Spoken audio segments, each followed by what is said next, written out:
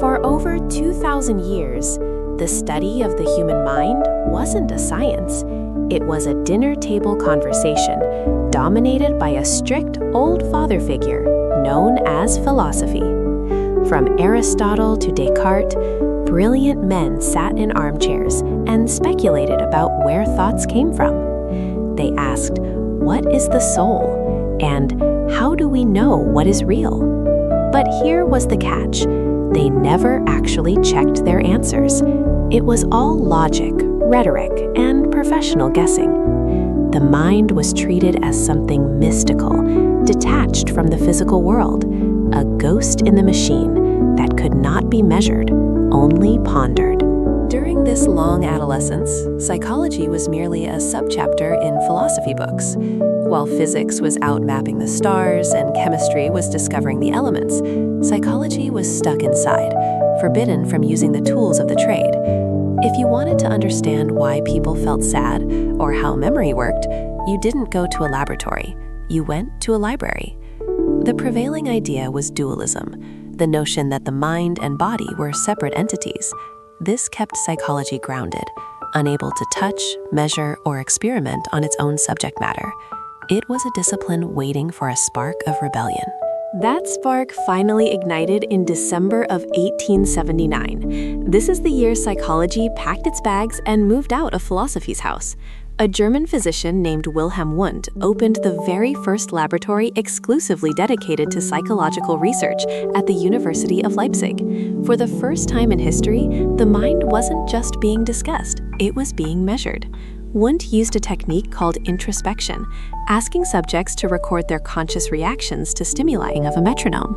It wasn't perfect, but it was revolutionary. Psychology had finally declared its independence. Once out on its own, psychology quickly found a new partner: biology.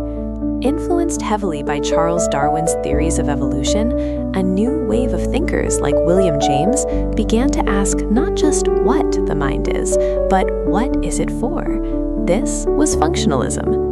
Just as a giraffe has a long neck to reach leaves, the human mind developed memory, emotion, and willpower to help us survive.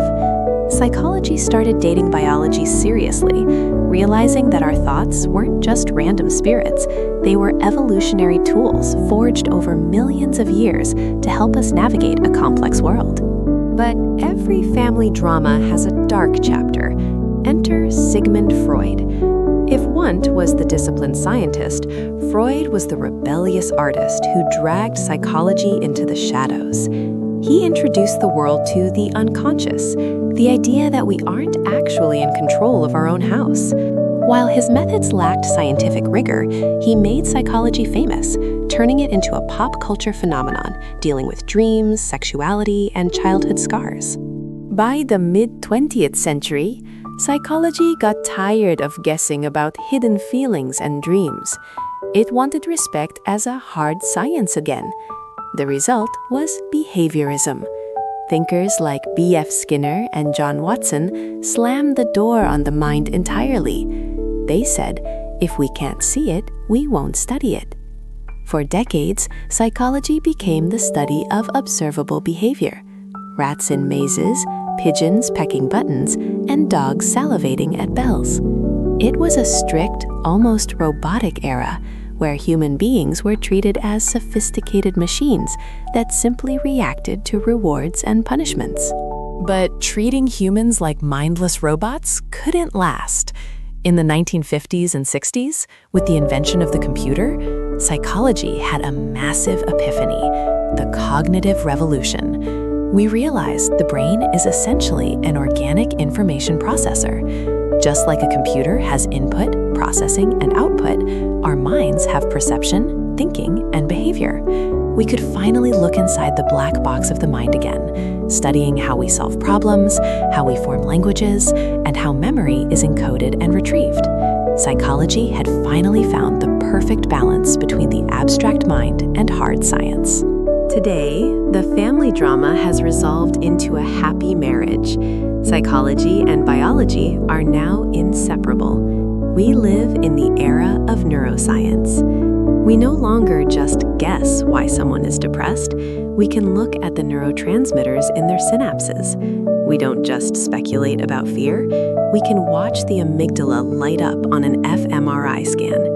From a rebellious child moving out of philosophy's ancient house to a sophisticated science mapping the very neurons of our existence, psychology has come a long way. The mind is no longer a mystery box. It is the final frontier of human understanding.